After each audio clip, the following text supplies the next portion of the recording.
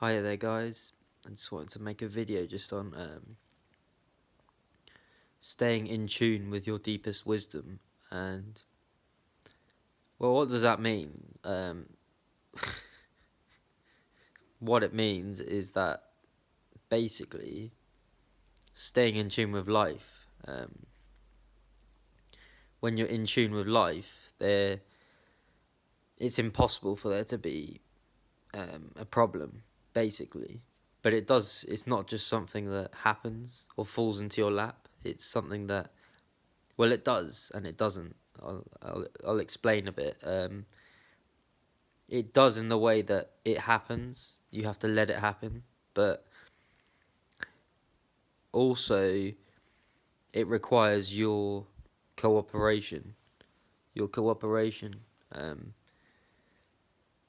but it's really that simple. It's like letting life do life, basically. Life take care of itself because it can. And that is what's meant by being in tune with your deepest wisdom. Because when you're in tune with that, you're not there as a person anymore. You're there. Life just flows. Like, you're in the flow of life. You are the flow of life, and that is moving through you. Like, it's using your body as a vehicle. So, just staying in tune with that is quite simple, really. It requires just a listening to what your body wants. There's an intelligence there that knows what it's doing. That isn't coming from a person. It's a universal intelligence. So it's interconnected with everything. So like if you listen to that, that knows what it's doing. That thing knows what it's doing. It's your mind. It's your mind that doesn't know what it's doing and tries to do like 10,000 things at once, and it always revolves around self-satisfaction and power. When you're moving from your thoughts, it's always revolves around you, basically yourself, and disregards everything else. But when you're in tune with your deepest wisdom, you're not moving from that. It's not self-driven. It's driven. Life drives it, and when you're moving from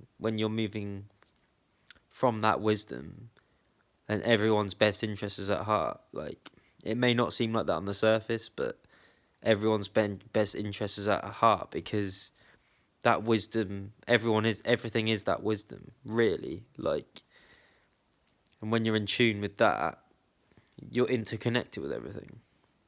So like, it's not self-driven anymore. It's just, yeah, it's coming from a place of intelligence that knows the right thing, that knows what's best in any given situation. All it takes is cooperation, really. So how do you do that? Basically, you just get very still, or you allow yourself to be still, and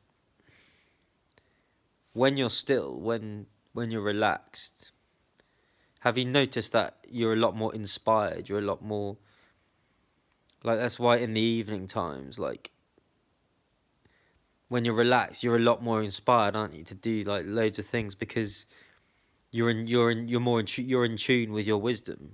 Like, your wisdom is a very simple thing. It's not complex. It's just like, when you're relaxed, there's this natural intuition that takes over, like this creative intuition that knows what to do, and that can be accessed at any point, and it's just about listening to that, like, rather than listening to the thing up here that's driven by pleasure and self-satisfaction and fear, really. Yeah, and fear as well. So yeah, just staying in tune with that wisdom, and then it's like when you're like, I think I mentioned this in the previous video, like when you put something in the oven, and then like there's something that tells you the exact right time to go open that oven door. It's like, that is the wisdom. It's that simple. That is the wisdom. It's nothing like mystical or special or anything like that. It's just like this intuition that knows, isn't it? Like when, yeah, like when you've put something in the oven, there's just something in you that knows when to go. Like, that takes over. It's like letting that take over, that all the time, as much as possible, letting that take over, which is a surrendering, is a letting go. And when things come from that, it's always the most balanced direction to go when something comes up from that stillness, that wisdom. So when an idea comes up, like, so it can be really helpful particularly when you're confused. Like if you're confused, just slow down, get really still, and then let that stillness take over. And then, like, if you don't know where to go, what direction to go, and let that take over, and then whatever comes up from that, it doesn't mean you immediately jump on it, but you listen to it. You at least acknowledge it and listen to it. And whatever comes up from that, you just listen to. And if it keeps persisting, all you have to do is follow that direction. And then if you follow that direction, it doesn't mean there can't be challenges, because there is challenges. There's things that are difficult and things you don't want to do. And sometimes you don't do them. But just by at least listening to that, and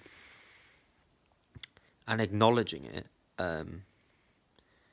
then you know what direction to go in. It's your choice whether you do that or not. But if you don't, you suffer. If you don't, you suffer, generally speaking. Not all the time. It's not like you have to do this, you have to do what comes. It's just the most it's the most wise direction to follow, whatever comes up from that. So whatever comes up from that stillness is driven by consciousness, which is interconnected. So it's always the most balanced and stable way to go. So if something comes up from that, you just, if you follow that, no matter how challenging it is, it always leads you in the right direction, like the most interconnected direction, and the most, it's just, it's coming from, it's the most interconnected direction, which is always the most grounded as well. It's like a very grounded sort of grounded flow feeling when you follow that. Whereas when you follow your mind, it's generally more wild and chaotic and more power driven really. So if you want to live the most embodied sort of life, then listening to that intelligence there is a good place to start, which is right. Okay, cheers for that. Thanks.